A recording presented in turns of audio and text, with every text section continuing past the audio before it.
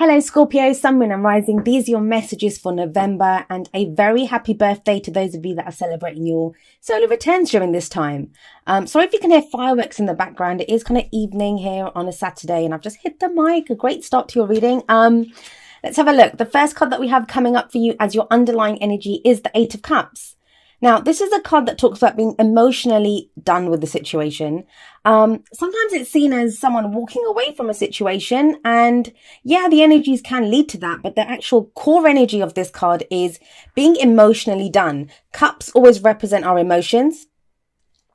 So this is when we've looked at a situation, we've looked at what we have, and we're just like, I'm not feeling this anymore. This is just not, it's not making me happy. It's not my heart's desire. I deserve more than this.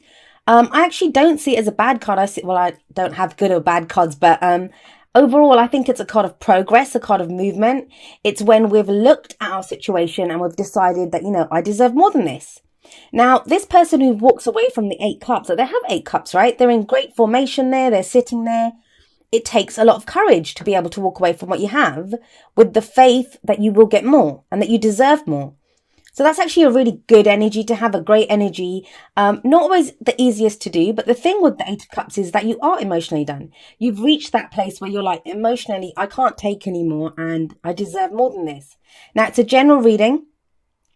So some of you may be facing this from someone else. They may tell you that, you know, they're not happy in a situation, whether that's a work situation, a romantic relationship, whatever it is, wherever these messages resonate with you. But it is about looking for more, wanting more, knowing that there is more out there, that, you know, going for your heart's desire. Now, for some of you, that is going to be to do with a relationship, because we have the Two of Cups coming up at the heart of your reading. Now, the Two of Cups, it's a card that speaks of a connection, a very profound connection. The two people, they feel the same way about each other. They have the same love for each other, the same support, the same emotions. Everything's the same. They kind of reflect each other. Now, it is a two. And I've had, somebody commented on this in the Cancer video, I think. They said I was being a typical Aquarian and downplaying the significance of the Two of Cups. My argument to that is I'm not downplaying the significance of it, but there is more than this. This is not the pinnacle of any relationship. It's a two. If the cycle runs from an ace all the way up to a 10, then why would number two be the pinnacle? We've still got, you know, a long way to go before we get there. This is that initial connection for me, where you meet someone and you realize, wow, we're on the same page. You know, that this person feels the same way as me, or I have a profound connection with this person. I always say this, the Two of Cups, it doesn't just refer to romantic relationships. This can be that perfect friend that comes along when we need them. This can be a business partnership that, you know, they have the same view, have the same outlook that we have on a project. They, you know, they see it going the same way that we do, and they can come and help us. A work colleague. So bear that in mind. Now, the significance of the Two of Cups coming up at the heart of your reading is, for some of you, that's what the Eight of Cups is about. That whatever partnerships you're in, wherever that partnership may be, it's not emotionally satisfying you anymore. Now, that doesn't mean, like I said, that you're walking away from a partnership. It may be that you're just done with the way it's making you feel right now. So some of you are going to speak to that person. You'll speak to your partner in whichever area and say to them, like, you know, I'm not happy. This is just not doing it for me. I think we can get more from this connection. Well, yeah, others of you might decide to go elsewhere, like, you know, to look elsewhere, to find more, that you want more. It can be overall in life, like in general, you might not be happy with where you are personally. If you're working on a goal, if you're working on a dream, and then the Two of Cups can indicate that you're looking for a partner who helps support you on your own, on your own quest to find your dream. Now, something interesting comes up in your reading. We have the Nine of Cups here, which obviously is the natural conclusion to this, right? We have this person walking off from the Eight of Cups to look for the Nine of Cups. But the thing is, this is coming up as a past energy. This is the foundation of your reading. So for some of you, it's going to have been that you have already gained something that you thought you wanted. Whatever it is, whichever area you thought it would make you happy, it was something that you may have been trying to manifest, something that you thought, you know, this is my heart's desire. Some of you got it and you realized it wasn't your heart's desire, or you know that it didn't satisfy you as much as you thought it would. That's what, there's always a warning with this card. It says, be careful what you wish for, because you just might get it. So it is a foundation, it's a past. And it's interesting because if you look at this card, he's got his 9 cups. This is the wish card, right? So he's got his 9 cups there. He doesn't look very happy. He looks quite miserable there. He doesn't look at all happy. He kind of sat there glumly with his 9 cups behind him, which is kind of strange because most of the 9 of cups cards, the guy's really happy on there. He looks quite smug usually. But you see the 9 cups there. Is he unhappy because there's a gap there? That's the 10th cup. That would be the completion of the cycle. Is that what he wants? So this, I mean, especially from this deck, it's a new tarot deck that I'm using. It could very much be that, you know, you thought you got something and you thought it would make you happy, but it didn't. It's not making you happy. It's not giving you that satisfaction.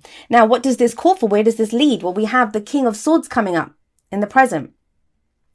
The King of Swords, what this says to me is that this is becoming very clear on what it is that you want. If we look at that whole top row, we have the 8 of Cups, the 2 of Cups, and the 9 of Cups. That's all very much about feelings, emotions. This is how I feel, emotional support. These are my dreams. These are my goals. The King of Swords, he comes in with his sword, cuts away at all the crap, and he's like, okay, what have we got here? What's the truth in this situation? This is also about being very authentic. Some of you may have felt that you had to be a certain way, or, you know, can be the way you articulate your ideas. The swords always represent our thoughts, our ideas, our beliefs, and how we communicate them. So maybe you're deciding to communicate in a different way now. This could be that. Now, this could be someone that you're dealing with, in which case they may be an air sign, which would be Aquarius, Gemini, or Libra, or someone who embodies those kind of air qualities, right? Because the signs don't own the cards. It's just the characteristics that they take on. The King of Swords, he's the advisor. He's the consultant. He's the one that knows what to do. He's very clear thinking. He can detach from his emotions, and he has no problems coming up with ideas and deciding what needs to be done. He's usually learned a lot from his experiences, and, you know, because of his experiences, the knowledge that he has, he usually knows what to do. He'll have the answer. So for some of you, that's going to mean that, you know, you could be getting advice from someone. Maybe that's, you know, the King of Swords energy is this person, is the one that comes in to support you. He's the one that now decides that, you know, he says, okay, well, we can do this. He has a shared idea. He helps you to get clear on what your dream is, on what your wish is. That's further backed up by the fact that we have the Queen of Swords coming up as a future energy. Now, if I'm not mistaken, I'm sure you guys got the King and Queen of Swords last time as well. Now, are these two? Because remember, the 2 of Cups is a meeting of the minds, of the hearts. It's where two people, they connect really profoundly, and sometimes it can be that sense of that fated feeling. If you're going through this King of Swords energy right now, where you're trying to become very clear on your thoughts, trying to communicate what it is that you want, you know, get it done, like trying to get whatever this idea is that you have, you're trying to project it out into the world, to communicate it to the world. This could be the perfect person that comes along. All right, she does have her back to him, but that's kind of the Queen of Swords, right? If you don't come at her with the truth, she will cut you. It's always interesting to me that she sits there. She sits there with her hand out, saying, come on, come to me. Like, it's like a welcoming hand, like, come here. But then she has a sword up. So if you don't come to her with truth, if you don't come to her really saying who you are, and what your truth is, being authentic, she doesn't put up with any of that. Now, the significance of both the King and Queen of Swords there again is that who's going to understand? They will understand each other. They kind of think alike. They act alike. They both know what to do. Now, usually I would say the King and Queen of Swords, the King and Queen of any suit, really, they're the perfect partners. They get each other. They work in the same way. And that's kind of further kind of magnified in your reading because you have the 2 of Cups here. This says the same thing. So it's kind of shown to you, and it's shown to you in the 2 of Cups, which is at the heart of your reading. And we see that in the present and in the future as well.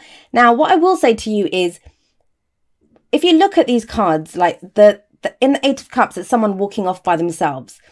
Even the King of Swords, he sits there alone. But then someone comes in. It kind of feels like someone, I think the main energy here for you guys of what's really coming through is someone who's on the same page as you. But there's a question, what page are you on, Scorpio? The reason I say that is the advice card, and I usually say the advice is what leads to the future energy. The advice card is the Hermit. Now, the Hermit is not telling you to be alone. A lot of people look at the Hermit card and they think they're being told to be lonely. On the contrary, what the Hermit does is he looks for answers, and it's a very kind of reflective card. It's a very kind of, look at him. He's kind of lost in thought. He's contemplative. He's kind of pondering something. So I kind of feel like what this is telling you is it's asking you to like take a step back almost, but have a look within. What page are you on? If I'm telling you someone's going to come along and they're on the same page as you, what page are you on? Like, you have to know where you are first. It's that magnet system, right? You're going to attract someone, even if it's your partner, even if you are in a partnership already and you're trying to fix the partnership, you're not actually walking away from anything. You're just trying to fix your partnership. You have to know where you are. You have to know what you want from that partnership before you can ask the other person to kind of meet you halfway on that. Now, you have the Nine of Cups sat above the Hermit. So it does feel like a lot of what you're reassessing and looking at is what your heart's desire is. What is it that you want? What's missing from here? Because you got your 9 cups, but something's still missing. It's not a 10. That cycle's not complete. So it kind of feels like that's what this Hermit energy is all about. It's you becoming very clear on what you want, what your dream is, what your wish is. Because I can guarantee you this, you absolutely know what isn't working for you. That you're clear on. And you have the strength and you have the faith to walk away from it. That takes a lot. That takes a lot. Even to get your wish and then to say, you know, I want more. Like, some people would say that's greed, but is it? It's so easy to kind of get to a place like a dream, to have a goal, to get there. And then when it's not working, and it doesn't always work because we change, our dreams change, our situations change. It's so easy to just be in that situation and think, well, I've invested so much time and energy into this that I'll just stick with it and be unhappy. But you're not doing that. So I love that. I love that you're not doing that.